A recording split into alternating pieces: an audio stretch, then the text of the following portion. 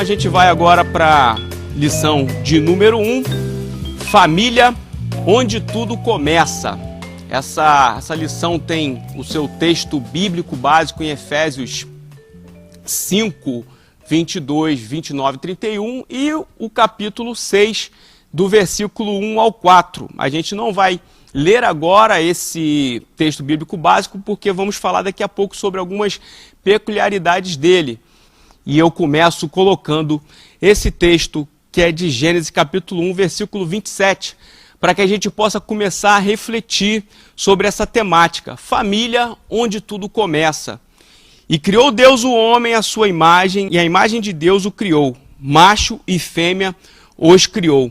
Esse versículo que nós usamos, ele toda vez que falamos sobre o projeto de Deus para a humanidade, sobre a criação do homem, sobre como Deus instituiu o homem para cumprir o seu propósito, a gente começa a observar que Deus ele trabalha de uma maneira transcendente.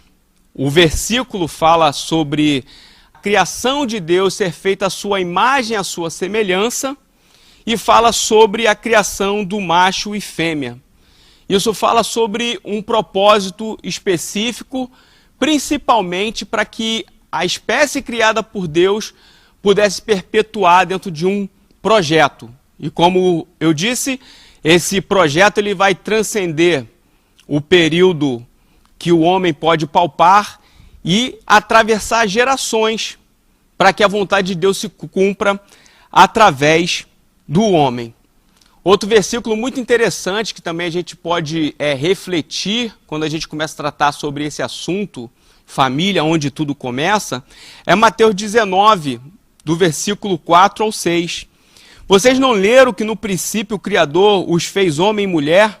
E disse, por essa razão o homem deixará pai e mãe e se unirá à sua mulher, e os dois se tornarão uma só carne.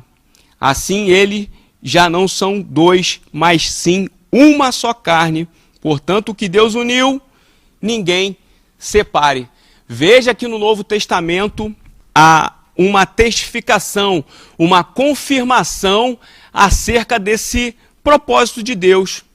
Como se não bastasse, no livro de Gênesis, nós temos um momento oriundo da criação, Deus a colocar o homem como administrador da sua criação.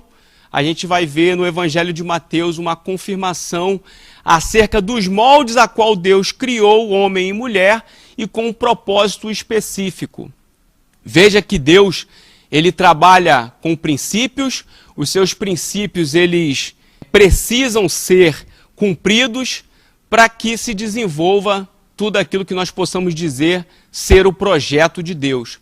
Mas o fato é que o homem, por conta do pecado, por conta da distorção do seu relacionamento com Deus, em algum momento o homem tenta burlar aquilo que Deus criou.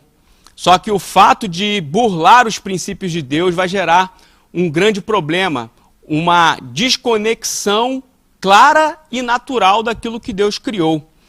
A gente, quando começa a estudar essas lições que tratam sobre família, é importante nós falarmos ao público, aqueles que nos assistem, ou a você que está escutando essa ministração e que também vai de alguma forma expor isso para outras pessoas, você conseguir entender que esse propósito de Deus, no momento em que nós vivemos, ele tem sido atacado de maneira veemente, de maneira feroz, de maneira a tentar deturpar a criação de Deus. A gente sabe que hoje existem várias artimanhas que tentam acabar com a instituição família. Mas você sabe, a família, ela é a célula máter da sociedade. O que isso significa? Significa que dentro da família, através da família, a sociedade se desenvolve, se origina um novo seio familiar, se procria, se avança, faz com que isso possa, de alguma forma, dar sequência ao propósito inicial de Deus. Quando essas ideologias contrárias à família, elas são colocadas no nosso convívio social, o fato é que as coisas naturais feitas por Deus começam a ser questionadas por aqueles que não têm a palavra de Deus como embasamento. Algo muito interessante é porque quando teimam em dizer que pode-se relativizar a família, a constatação não somente teológica, mas também científica, ela pode provar acerca daquilo que Deus criou. Deus, ele fez tudo de maneira perfeita, numa sincronia de propósito, para que pudesse o homem glorificar o seu próprio nome através da família. Através da sua própria criação, Deus é glorificado.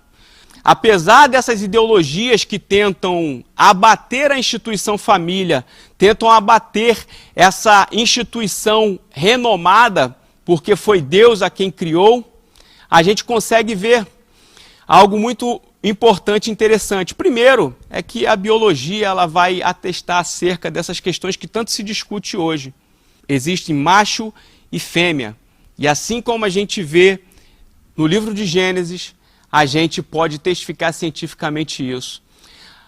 A gente, quando pesquisa mais sobre as questões sociológicas, a gente vai achar um pesquisador, um sociólogo chamado George Gilter. Ele vai fazer uma pesquisa onde ele analisa mais de 2.000 culturas no mundo. Ele vai analisar a maneira com que essas culturas se desenvolvem, como esses povos se desenvolvem, e ele vai, dentro desse resultado da pesquisa, encontrar um pouco mais de 5 dezenas de culturas que se desenvolvem de maneira unissexual. Isso é, culturas que relativizam a relação homem e mulher como fator de união, como fator de procriação, como fator de desenvolvimento, como fator de afetividade natural criada por Deus para o desenvolvimento da sociedade. E o que ele vai encontrar quando ele faz essa pesquisa? O fato é que essas sociedades que se utilizaram e se mantiveram como unissexuais e tentaram deturpar aquilo que a criação de Deus é muito clara a nos mostrar na própria Bíblia, que essas culturas, essas civilizações, elas sucumbiram. Isso significa que a sociedade, ela só existe, ou ela só subsiste, ou ela é perpetuada através da união entre homem e mulher. Então, quando a lição fala família onde tudo começa, é porque até a própria sociedade, aquilo que nós desenvolvemos no nosso dia a dia, aquilo que a humanidade como um todo desenvolve, se inicia numa instituição chamada família. O fato é que essa pesquisa ela vai nos deixar um grande ensinamento. Nenhuma sociedade ela pode ser mais forte do que os laços de suas famílias. E a fortaleza de suas famílias depende das relações heterossexuais. Nós, como cristãos, precisamos ter um entendimento claro daquilo que para muitas pessoas é algo muito categórico e simples de entender, mas que a maneira com que as pessoas estão relativizando, às vezes as pessoas se curvam a dar ouvidos a essas coisas. Mas Deus ele fez tudo de maneira perfeita. E o fato é que toda a civilização, toda a sequência da história humana está embasada em um homem, uma mulher e sua prole. Por mais que ao longo da história as pessoas possam tentar burlar a criação de Deus, por mais que tentem desvalorizar essa instituição, a gente sabe, a humanidade ela foi desenvolvida através desta verdade. Nós poderemos chamar essa verdade do desenvolvimento da sociedade como um dogma natural. Como eu expliquei aqui, existe algo científico que a Bíblia, na verdade, já diz. Então, ainda que as pessoas incrédulas na palavra de Deus, elas têm o aspecto da própria ciência para poder confirmar a vontade de Deus e sobre a criação de Deus. Esse dogma natural, ele vai mostrar claramente que a existência está embasada nisso, homem e mulher. Por isso é interessante a gente, nesse início da aula aqui, entender que esses ideólogos de gênero, eles tentam, na verdade, implantar algo que muitas das vezes não tem nem a ver com a causa que eles dizem defender. Talvez os interesses ou com toda certeza os interesses eles são os mais escusos possíveis e pairam sobre a tentativa de um controle social para que no poder os interessados nisso se sobreponham sobre a sociedade. Como se não bastasse que a palavra de Deus nos informa acerca da criação do homem e mulher. Como se não bastasse os próprios estudos, a própria ciência, o próprio estudo sociológico, antropológico. A gente pode entender que no nosso país, por exemplo, nós temos a própria Carta Magna, que é a Constituição Federal, preconizando, colocando em primeiro plano, no seu artigo 226, que a família é a base da sociedade. E ela tem que ter a proteção do Estado. Então você veja que no cenário político, muitas das vezes estão tentando atacar a família pela busca de um controle social e de um poder sobre essa instituição. O parágrafo 3º desse artigo 226 da Constituição, ele vai falar que é reconhecida a comunhão estável entre homem e mulher como entidade familiar. Então, ainda que tentem fazer emendas à Constituição, ainda que tentem na canetada daqueles que vestem a toga mudar aquilo que está testificado na palavra de Deus e aquilo que está na ciência e aquilo que está na própria lei.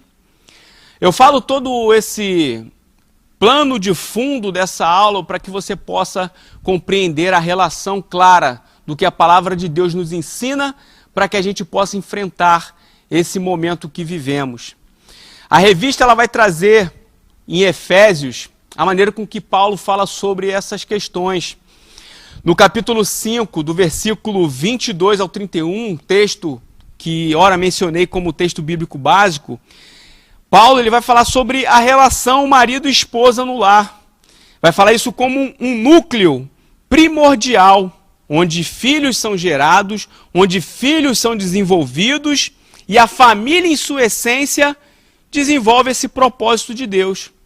Então você vê que o apóstolo Paulo, um homem que escreve questões doutrinárias para a igreja, que embasa a igreja doutrinariamente com suas cartas, ele vai falar sobre isso. Já no capítulo 6, ele vai falar sobre o relacionamento pais, filhos e pais. De alguma forma, toda a origem, ela se dá nessa relação. Então você vê que a Bíblia ela vai trazer para a gente algo muito importante quando trata de família. E é importante você entender cada uma dessas figuras que representam a formação de uma família para que você perceba onde são os ataques.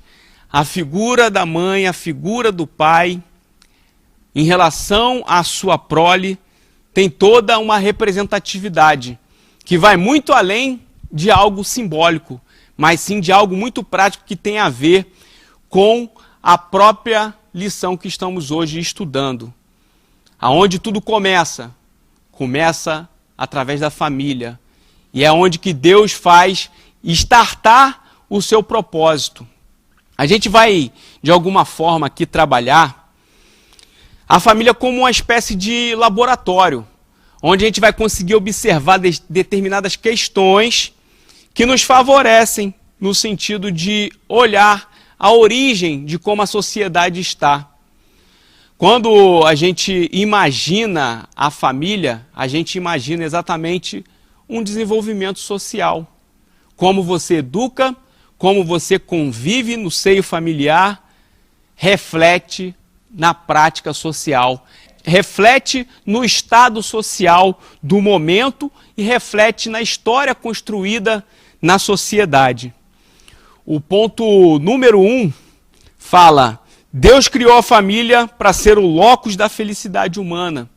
Essa palavra locus é muito interessante porque ela tem uma ligação com algo ligado à genética, à origem, à formação inicial.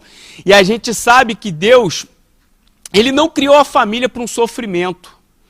Pelo contrário, Deus, Ele se coloca no seio familiar como um fator condutor para o benefício da família, para que essa família possa viver de maneira plena, de maneira a viver feliz, a viver de acordo com aquilo que Deus planejou para a família. Então, toda vez que a gente vê uma família que não vive plenamente a felicidade, a gente consegue entender o seguinte: Deus, de alguma forma, não foi priorizado naquele seio familiar. Podemos dizer isso não somente de maneira ampla, mas também de maneira mais específica, talvez até para as pessoas que estão no nosso meio, nas nossas igrejas. Quando nós priorizamos Deus dentro da nossa família, nós podemos ter a certeza que a condução e o direcionamento de Deus é um fator para que a família possa viver feliz. Toda família cristã, principalmente, ela deve ser um lugar de paz e de esperança. Não há como nós pensarmos numa família que conhece a palavra de Deus sem que essa família viva um lar de paz, de esperança. Um lar onde nós possamos ver vivificado, possamos olhar para a família e ver vida acontecer. A gente pode fazer algumas comparações, a gente pode até observar famílias fora do seio da igreja, mas o fato é que nós, enquanto cristãos, nós temos a responsabilidade de entender o que Deus quer para a nossa casa e deixar com que Ele seja o condutor de direcionar os chefes de família e aqueles que conduzem as famílias para que a vontade deles seja alcançada. E aí você pode me perguntar, mas o que faz uma família ser feliz? Talvez na sua mente possa passar algumas coisas relacionadas à vida financeira. Você pode pensar que o dinheiro, você pode pensar que talvez riquezas, bens materiais, sejam fatores que trazem a felicidade. A gente sabe que isso são detalhes. Detalhes no sentido de que toda família precisa do sustento, precisa da questão financeira funcionar? Sim, precisa. Mas isso não é o fator que gera a felicidade dentro da família. Pare um pouco para refletir. Dentro de tudo que você tem vivido, é o dinheiro que tem feito com que você seja feliz na sua família? Ou tem sido outros fatores? Pense um pouco sobre isso. A família ela precisa ser um terreno fértil para a manifestação divina. E quando nós falamos sobre manifestação divina, nós podemos entender que precisa haver dependência de Deus para que esse âmbito familiar viva em harmonia e de maneira a desfrutar da verdadeira felicidade. E eu daria para você o seguinte direcionamento: é necessária a presença de Deus, mas é necessário que o amor se manifeste dentro da sua família. É necessário que o amor seja um reflexo claro da relação dentro de uma família. A gente sabe que o amor não se trata de um sentimento. O amor trata-se de uma atitude clara. Alguém que decide amar é alguém que se coloca à disposição da servidão, do comprometimento, da compreensão e muitas das vezes de anular a sua própria vontade, simplesmente pelo fato de ter escolhido amar. A família feliz é uma família onde os membros manifestam amor. A gente precisa compreender que a presença de Deus dentro da nossa família vai nos conduzir a atos de amor. Se você estiver tendo atos diferentes disso, se dentro da sua família algo contrário disso acontece, é porque você não tem percebido a presença de Deus instruindo para que você possa viver um lar de amor. O ponto 2 da lição vai falar sobre Deus criou a família para ser um ninho de afetividade. Não existe nenhum ser humano que seja saudável sem que ele tenha uma vida afetiva profícua ou que ele tenha uma formação afetuosa. E a gente sabe que se a família é o lugar onde tudo começa, talvez a sua criação, talvez as experiências mal sucedidas que você teve dentro da sua criação possa ser um fator que esteja tirando você como alguém que manifesta afetividade pelas pessoas que estão dentro do seu lar. Quando nós entendemos que uma relação entre o homem e uma mulher que se casam, ela não se trata apenas de uma relação egoísta, onde se visa apenas o momento sexual, ou se visa apenas aquilo que satisfaz de maneira prazerosa um ou outro. A afetividade, ela vai muito além. Ela vai através de uma construção diária de entrega ao próximo. Lembra que eu falei sobre a manifestação do amor? Observe, a afetividade é algo também manifestado. Você decide, muitas das vezes, na verdade, isso não significa que você precisa estar bem consigo mesmo ou com a outra pessoa para que você decida demonstrar afeto. Se Deus criou a família para ser um ninho de afetividade, a gente sabe que nós precisamos nos entregar, precisamos nos colocar dessa forma, precisamos ceder à nossa própria vontade para que a gente possa manifestar afetividade. Nossas crianças estão carentes de afeto, a sociedade está carente de afeto, e tudo isso é reflexo do que se vive dentro de um lar, dentro de uma família. Os seres humanos, de alguma forma, eles são detentores de demandas afetivas. Cada um teve uma criação, cada pai, cada mãe teve uma experiência, e cada experiência gerou, talvez, uma consequência. Seu pai, sua mãe, meu pai, minha mãe, quando nos criou, quando travou o relacionamento dentro de um lar, eles vieram carregados daquilo que eles receberam quando foram criados também, quando foram educados. E muitos podemos dizer até que nem oportunidade de educação tiveram. Simplesmente sobreviveram a uma convivência por falta de instrução e muitas das vezes por falta da instrução da própria palavra de Deus ou de se permitirem a condução de Deus em relação à criação.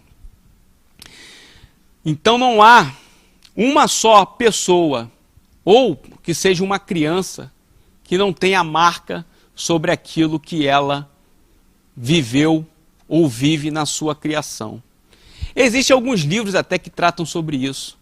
O fato é que muito do que somos tem a ver com aquilo que foi implantado nas nossas vidas através da criação. Talvez hoje nós venhamos a reproduzir grande parte daquilo que recebemos na nossa criação. É por isso que quando a afetividade ela não se desenvolve de forma saudável na família, a gente vai observar adultos com transtornos, adultos com problemas relacionados àquilo que eles tiveram nas suas criações. Esse trimestre, certamente, a gente vai conseguir tirar grandes lições para nossas próprias vidas. Por quê? Falar sobre esse tema é, de alguma forma, rasgar qualquer tipo de imagem, qualquer tipo de vestimenta que nos cobre da realidade que vivemos dentro da nossa casa. Quando nós ministramos sobre essa temática de família, quando nós estudamos sobre isso, ou quando nós ouvimos sobre isso, o Espírito Santo de Deus, ele vai trabalhando nas nossas vidas de modo a nos mostrar onde estão nossos erros. A decisão minha e sua é: eu vou propor a mim mesmo a possibilidade de mudar ou de melhorar nas áreas que necessito, ou eu vou me privar e vou usar do meu orgulho ou do meu egoísmo para permanecer da mesma forma que estou. Não existe família perfeita, mas existe a possibilidade de melhorarmos.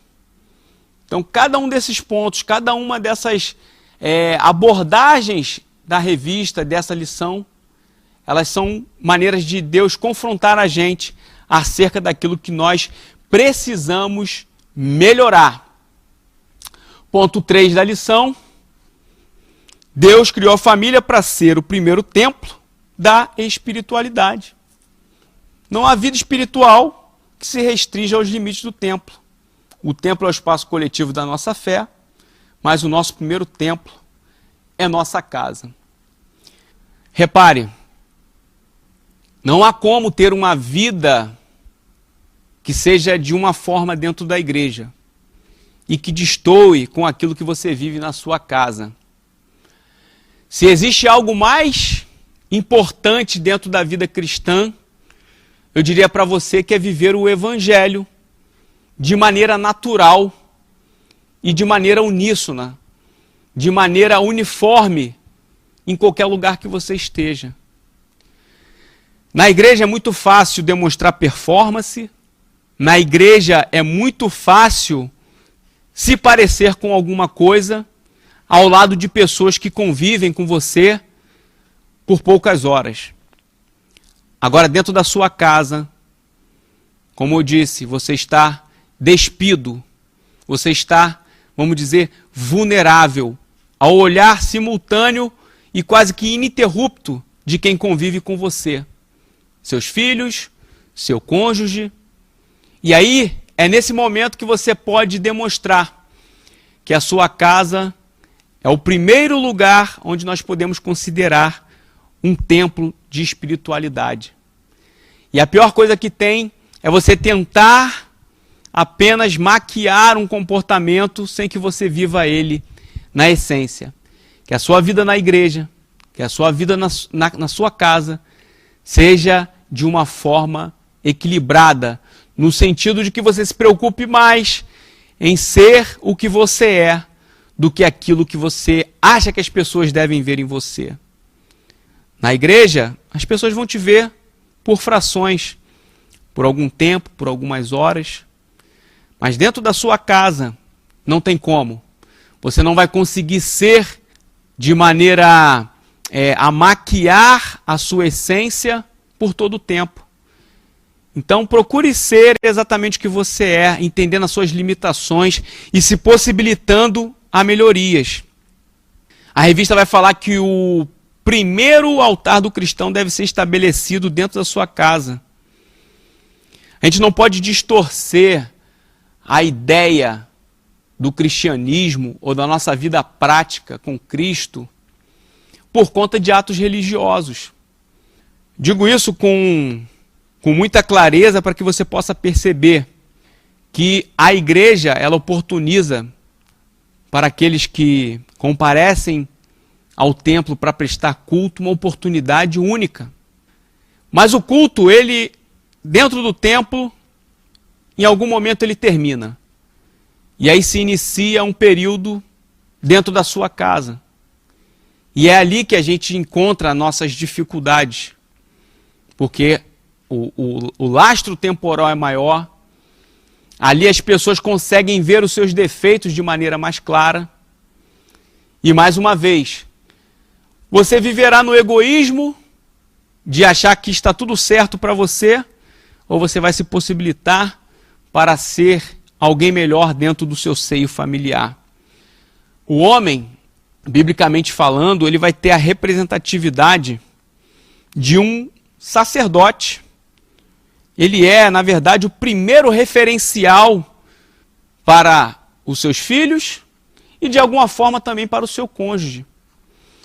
As esposas precisam ver nos homens algumas coisas relacionadas àquilo que ele foi chamado, para ser um sacerdote do lar.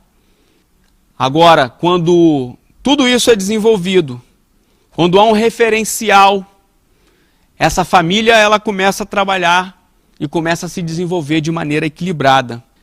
Outra coisa muito falada nos dias de hoje, as famílias estão carentes dessa figura, a figura paterna. A gente sabe que existem configurações fora do âmbito que nós possamos dizer bíblico e natural do qual Deus priorizou para ser uma família, por conta de várias demandas que muitas famílias às vezes se desenvolvem sem a figura de um pai. Talvez essa figura ela vai ser preenchida por alguém de maneira representativa ali, às vezes dentro do próprio âmbito familiar, um tio, ou às vezes num âmbito fora, alguma liderança, algum pastor, ou alguém de convívio próximo, vai conseguir de alguma forma ter uma representatividade da figura paterna na vida de um filho, de uma filha. Mas a gente sabe que dentro do ideal, as famílias de hoje em dia muitas das vezes têm pessoas que estão compondo a família, mas que não desenvolvem as suas funções. Quando as funções não são desenvolvidas de maneira coerente, a família pode naufragar. As maiores consequências são exatamente com as crianças, que ainda não têm a possibilidade de discernir essas informações que lhes chegam diariamente por conta da ausência, por conta da falta de afetividade, por conta da falta de amor. Essa família contemporânea, ela falta coisas básicas. E aí, de alguma forma, eu vou fazer aqui um desafio, no sentido de você começar a ter alguns atos, algumas atitudes que possam favorecer a afetividade, o cumprimento da função de cada um dos membros da família, porque a família é o lugar onde tudo começa. A Bíblia, quando nos dá esse direcionamento de que o fim das coisas é muito melhor do que o início, as pessoas às vezes entendem errado isso. As coisas no final, elas são melhores do que o começo, principalmente quando o começo tem Deus. Então, se a família é o lugar por onde tudo começa, que você comece com Deus e que você comece com as atitudes que Deus quer para a sua família. A pergunta é: quantos pais têm sido pais dentro de sua casa? Quantos pais têm sido sacerdotes dentro da sua casa? Quantas mulheres têm sido auxiliadoras dos seus maridos em casa? Quantas mulheres têm se prestado às suas funções dentro de casa? Lembre-se, a quebra desses princípios, a falta do cumprimento dessas funções é fator para a derrocada de uma família. Mulheres, vocês têm sido abençoadoras para os seus maridos? Vocês têm trabalhado com concordância com aquele que é o cabeça de vossos lares? O entendimento e a concordância faz com que vocês possam caminhar tão longe, que só Deus pode fazer vocês entenderem a dimensão da vontade dele para a vida de vocês. Pense bem, deixe que Deus possa responder essas perguntas para você. São reflexões que você precisa trazer para a sua vida, precisa trazer como exemplo, e que você precisa restaurar o altar que era a sua casa, o altar que é o seu casamento. O seu lar precisa ter essa compreensão. Se família é o lugar onde tudo começa, que você deve começar bem. E a cada dia é uma oportunidade que Deus dá para que a gente possa começar de maneira correta, a fazer coisas de maneira correta. Não deixe que somente Deus lhe responda, mas deixe também com que Deus lhe direcione. A gente vai para o ponto 4 da lição, que diz que Deus criou a família para ser uma escola de crescimento. E a revista vai trazer para a gente algo que diz que grande parte do que somos tem explicação na nossa história familiar. Lembra que eu falei sobre os impactos da criação, a influência daquilo que nós recebemos na nossa infância? Isso tudo tem a ver com a maneira que nós somos ensinados. Por isso, a família foi criada por Deus para ser uma escola de crescimento. Não importa a criação que você teve, Não importa se seu pai teve sabedoria, se a sua mãe teve sabedoria para poder lhe criar, ou de repente você não nasceu nem num lar evangélico, você não teve a oportunidade de aprender a palavra de Deus dentro de sua casa, mas hoje você teve a oportunidade de Deus de ser um participante do corpo de Cristo. Quando você é um participante do corpo de Cristo, você passa a ser alguém que tem uma responsabilidade. A responsabilidade de fazer de maneira diferente aquilo que um dia você propriamente recebeu. Lembre-se, hoje a sua família precisa ser um lugar de adoração a Deus.